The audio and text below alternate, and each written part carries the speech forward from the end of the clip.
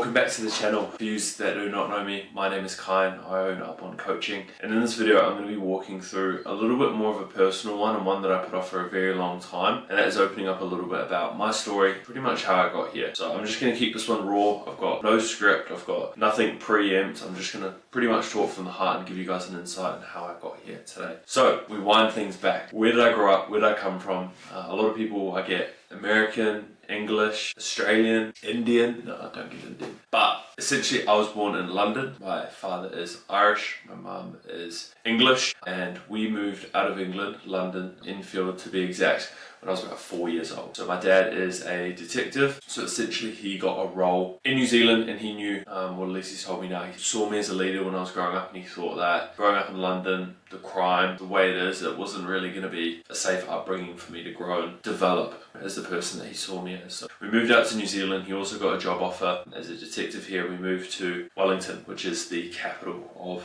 New Zealand. So fast forward about 5 years past primary school. I was always honestly sporty growing up. I always loved sports, whether that was rugby, which was pretty much my first love. I loved it so much. New Zealand rugby is massive. The All Blacks is huge. I honestly thought I was going to be an All Black until about the age of 10. I just loved it. I love the physical aspect of it. I love the competitiveness. I just love being a kid, going out there and being able to tackle kids. So yeah, I love that. I was also into running as well. Not a whole lot of practice behind the running. I just enjoyed showing up, winning. I was actually really good at running until everyone obviously trained and beat me. But yeah, pretty much rugby and running, touch rugby. I did pretty much everything. I just loved being outside, training and being physical. So that kind of leads me up until high school. At this stage, I decided to go to a high school which I only think 4 people from my school went to, but I really wanted to go to it because I liked the way that their sports teams were. Yeah, it excited me. So pretty much attached from everything I'd known, gone to a new college, which is called Carthy College, where, yeah, I guess I was thrown into the deep end. I didn't know a lot of people. Obviously, I was naturally a sporty kid growing up, but it was a transition period. I remember my mum had to move zones for me to get into the school because we were outside the zone. And at the time, I wasn't raised with a whole bunch of money. Mum selling her house so that we could move into the new zone was a really big thing. And I don't think I really appreciated that at the time, but now moving forward, I do really appreciate that. So yeah, Mum, if you're watching, thank you a lot. Panned out decently. So essentially, we moved to my new high school. First year I get there, I turn around to Mum, I say, Mum, I don't like it, I want to go to Pram College, which was the other college everyone went to, and she said, mate, you're here now, you've committed to it. And that was a really big thing from when I was brought up, is committing to things. Like when I do something, I have to stick with it, because, well, Mum couldn't move houses back, right? We were there. So I was basically at Carthy College. That's kind of when I was playing rugby, but in New Zealand, the guys get absolutely massive. So I kind of just put that to the side, and that's where a new love for me came in, which was basketball. I really, really loved basketball. Truly, truly loved it. I loved everything about it.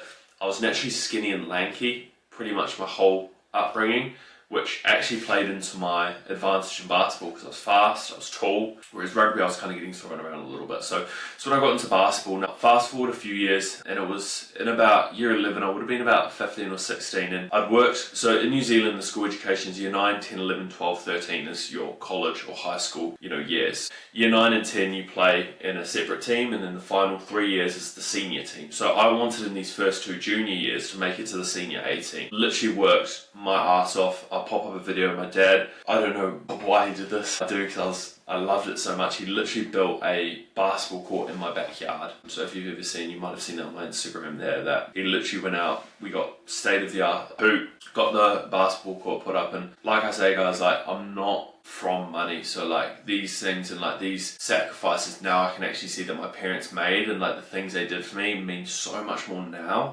that they were able to do those, and they were always backing me and supporting me. So yeah, anyway, well, I worked so hard, and I wasn't sure if I was going to make the team. It was very hard, and I trialled and I got the spot on the team, and I was ecstatic about it because I was year 11. It was my first year in the senior pool, and I got the nod in our first ever game that I was going to be starting as well. So I was the only year 11 starting, and it was just excitement, nerves. I remember I was with my best friend Jeremy as well. He wasn't starting, so I was kind of like, wow, this is crazy, because obviously me and Jeremy were very, very competitive playing basketball together. It was very neck and neck. So I just felt very, very accomplished being able to start, and yeah, it'd been something I'd been working for a very long time. And yeah, in my first massive again. Long story short, I tore my ACL. Yeah, that was really hard for me at the time. Yeah, that was really hard for me because all the years of work had kind of led up to that moment for that to be just pulled out underneath me. At the time I didn't know I tore my ACL, so went to the doctors. They said you just sprained your knee. Kept playing on it, kept re-tearing it, to the point where I turned around to my dad. I said, Dad, like I'm not being horsey, something is wrong.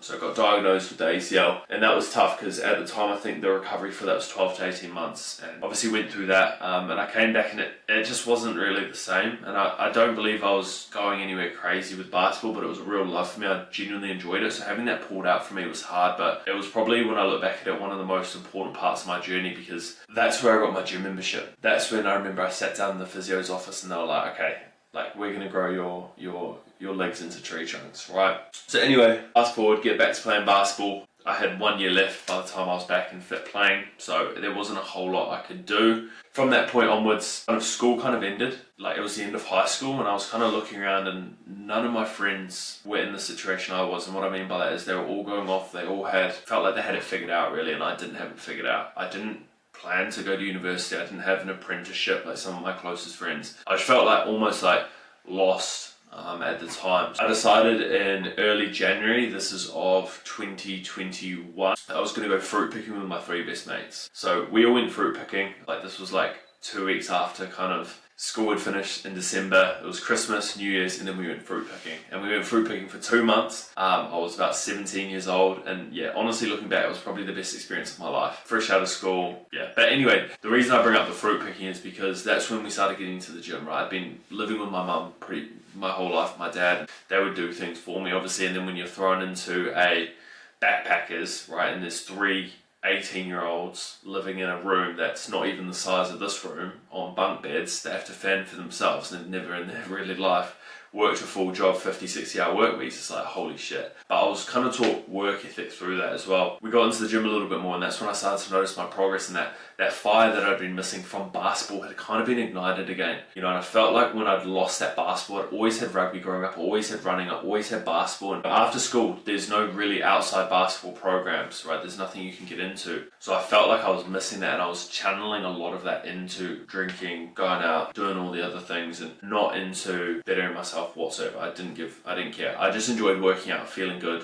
and pretty much drinking. Anyway, we go fruit picking. I had some plans at the time to use that money to go overseas. Those plans pretty much got cancelled. So I was pretty much like, oh shit. So now everything I had planned to do was done, and I was like, well, I need to get a job. All my friends come back, apprenticeship, university, and I literally had no job. So I started working at a garage door company. I was previously, before the fruit picking, working for my mum part-time. She owns an after-school care company. And yeah, essentially, I just hated the job. Like, nothing against trades. Like, a lot of my most successful clients are in the trades, but just in terms of like me personally, like it's not my thing, you know, it's really not my thing. I hated it. It was cold, it was damp. I got to the point where literally with my parents, I was like, guys, I like literally cannot continue to show up to this. Like, I got to that point where I was dreading waking up, going to work, and yeah, I just basically ended up resigning, and I was back working with my mum. So everyone was coming back from the university break at the end of 2021, and it was like, what are you doing? It's kind of working for my mum. I'd lost that focus. It was the winter months, it was cold. The plans that I had set up had fallen through. I didn't have basketball. I wasn't really in the gym because I'd kind of lost that, because I didn't have that accountability and that routine with my friends. I just felt really at a super low point in my life. I don't think I've actually opened up about this, but I did go on like medication for a while because I was in a very low state, and people around me were pretty concerned about it, and I was concerned about it too. I couldn't figure it out to why I felt so down and so low. And you know, if you're going on medication at 17, 18, you know, for antidepressants, it's not good, right? It's really not. And I think it was a combination. Now I can look back and see the combination of life I hated, plans fell through, winter, all my friends figuring this stuff out. It was just a combination of everything kind of hit me. That was at late 2021, and I got to the point where, yeah, I was just in a low spot, essentially, and I kind of leaned on drinking, going out, started to warm up, summer started to come about. I quit the garage door job, and I was just going out drinking every week, and I met a guy, you know, who is a really good guy, honestly, but at the time it was not a great combination of coming out of a very low spell, hanging out with a guy who financially was pretty set, so we could almost do anything we wanted, within like obviously reason. But in terms of drinking, going out, doing whatever we wanted, it was all not funded for, but like having a friend with money with that kind of, you could say, pain and low point. And it kind of just shot me into this repetitive cycle for about 4 months where I was going out, drinking, do silly shit like fall through freaking windows and just get up to no good, like really get up to no good. And I didn't build up a reputation that was obviously too bad, but it was just kind of known as like, not a waster, but it was just kind of a miss about, you know, like potential kind of, you know, loss. He just goes out, he drinks, you know. And I knew that throughout that time, like I was personally, it was more to me than that. Like I always knew that. And that's kind of when I met Sarah. She came at a time where that was at its peak. So we'd obviously gone down here and we've catapulted now up here, right, with that combination and just that kind of those winter months. So she meets me at my peak of that destruction, you could pretty much call it. That got really bumpy for our relationship, obviously, early on, because I was just wasted. Like I won't go into too much detail, maybe for another video, like funny stuff, like on how we first met. We essentially, I met Sarah at the gym. Like I was with my friend and he was like, you should go talk to her. And I literally never spoken to a girl at the gym before, like that just wasn't me. And I asked for a number and yeah, it worked out. But anyway, that's when I met Sarah off the back of the gym, which is ironic. And yeah, I got to the point where Sarah really grounded me. I was like, okay, what you're doing isn't normal. Like you going out Thursday, Friday, Saturday, coming home Sunday, and then going back on Thursday or Wednesday, like that's not normal. And I kind of over time started not learning, but realizing through Sarah, you know, she really grounded me to that, to where I got to the point where I was like, I need to figure out what I'm going to do. And I took myself out of that mindset of drinking and just chaos. And it was like, cool, what do I enjoy doing? And I remember sitting at the gym and it was the turning point. I was like, I actually need to do something here. What do I enjoy doing? And I remember I'd listen to Joe Rogan podcasts because I was working for my mum at the time. So I'd drive an hour to Wellington and back. And I'd listen to these podcasts and always talked about your passion and what you enjoy doing and finding your purpose. And I always felt so empty when they talked about that because I never had that. And anyway, it clicked for me. I was like, what do I enjoy doing? Well, I enjoy working out. And I was kind of in and out the gym throughout all those months. I still enjoyed it for the mental side of things. It was really an anchor for me to channel that energy positively. And yeah, it really just, it clicked for me and I ended up becoming a qualified PT in December of 2022. That was not good either. I nearly got kicked out of the class. And this is just the state I was in, guys. You know, like it wasn't bad. Like I wasn't doing anything outrageous. It just, the focus wasn't there. The discipline wasn't there. Like anyone who kind of knows me, and I feel like hopefully you guys have seen my maturity as I've gone on, like it's definitely been a process. I got to the point in November where I was like, I'm now a qualified PT, or it was like December. And I remember Sarah was like, I always wanted to kind of start an Instagram, but TikTok wasn't really cool like 3-4 years ago. Like I don't know if you guys remember TikTok back then, but it was like the dancers, Addison Rae time, like it just wasn't cool. But Sarah convinced me, I started it, and in that December I like posted like content and I was loving it. Me and Sarah would drive like an hour away to go record and I'd sit by my phone, I'd refresh it in the morning like it was Christmas, 5,000 views, and then I remember I had one which was like 250,000 views after like a month of posting, and it was like, addiction unlocked. And I just wanted to figure out the algorithm, how I could get more followers. And that kind of led me up until February, March, April, where we went to Hong Kong, still posting content, and it really started to take off there. I think by then I had about 60,000 followers, and I was like, wow, this is insane. And Hong Kong was really the turning point for me. Me and Sarah have been dating over a year now. I've pulled myself out of this kind of slump, and I got in decent shape as well. Like I'll pop up a photo that summer when I started my Instagram account. I got in really good shape, and that really showed me like, holy shit, this is what discipline can do. And that kind of was a perfect whirlwind of getting qualified, getting in shape, and trusting that process throughout that whole year. And yeah, we got to Hong Kong and I was like, I'd fallen out of shape from December previously. It was now like March, April. I'd like gotten in shape for 8 weeks. December, January, February, I was looking good. And then March, April, I slipped off and I was like, I want to get back to this. I don't like the feeling. I felt back like I did when I was at those low points. You know, not proud of what I was doing, not working towards something positive. And I felt that, and I freaking hate that feeling, you know, really do. So I was like, I literally shout out Sam True, and I saw one of my guys post a photo with like an IFBB Pro, and I was like, that's super cool. He competes, chatted to him. I was like, babe, like we were packing our stuff. I had my backpack on at the hotel, just looked under the beds, you know, those last checks you do. I was like, I'm gonna compete this year. She's like, what? I was like, yeah, when I get home, I'm gonna compete. I'll send my photos, I'm gonna apply now. Pretty much got home, committed to it, didn't know what I was getting into in terms of competing, and for that 6-month period I literally just gave it my all in terms of competition towards that show. And if you know anything about bodybuilding, it's, I would say, up there with one of the hardest sports in the world. You want to go grab coffee with your mum, you can't really do it. Like, everything's around meals, time you eat your meals, time you sleep, time you go to the gym, how you're tracking your workouts. There's no, oh, I feel like a banana today. It's like 6 months of this is what you're doing, and you have to be so set. But that taught me discipline, that taught me waking up at a set time, going to the gym at a set time, going to sleep at a set time, and it proved to myself that I could actually do it. And I think I lacked a lot of that confidence, or it was broken from so many years of letting myself down and then channeling that energy negatively. The only difference now is I was channeling it, and that took time. It didn't just happen overnight where I just got big in shape. You know, it's been a massive process of mine. So that leads me up until coaching, right? So we're now at about May, so I've been doing the bodybuilding prep for about 2 months. Game's taking off, and we decided to launch some just solo plans, right? So me and Sarah did them. We made them, we posted it on Shopify, and I just remember my phone. I was still working for my mum, by the way, guys. The whole 2 years I've still been working for my mum. Obviously I bounced in and out of different jobs, but mainly working for my mum. Meanwhile, my friends are coming home from uni, nearly finishing, and I remember I sold like 2 plans. I woke up to like 2 Shopify notifications. Like, I just made $60. I was literally like, the excitement was unreal. I was like, I've literally just made a day's wage, like, on my phone, and I could not believe it. And yeah, that got to the point where I got reached out to by a mentor in about July period, and I launched my one-to-one online coaching. And then I got to the point where my show was the following month, and I'd already kind of had reservations because I was getting hungry. I was like, Mum, like, I kind of want to move away from working for you, even though I love that she earns after school care, so I love like being around kids. And yeah, I just enjoy that. And my partner's early childhood teacher as well, Sarah. So yeah, I guess that was the point where I went all in on my coaching. Again, my mum gave me a loan for the mentorship. Hey mum, can you give me X $1,000 for this guy on Instagram? You know, but like with some convincing, she knew, like, she always believed in me, you know. And like the gym membership I use is still from her, right? When she moved to Carpety College, like, to get into the zone with this mentorship, she's always backed me. She's always believed in me, even though if she's been skeptical, she's always taken my word. And yeah, that's why I can not be more grateful for her. But anyway, I ended up competing, got 2nd place, and I just fell in love with the whole process. Meantime, obviously coaching's building up my client base, my enjoyment of getting the transformations, and then I competed this past year. I placed 2nd again, and just reflecting on that whole period of bodybuilding, it taught me discipline. It taught me so much about taking my physique to that next level, right, and really achieving my best physique. I placed 2nd nationally at 20 and 21 years old, right? But not only that, but the discipline it takes, getting up at 5 in the morning, doing 45 minutes of cardio fasted when you're starving and it's cold and it's winter. It's just horrible. It's horrible in a good way, and I was able to prove to myself I could do it,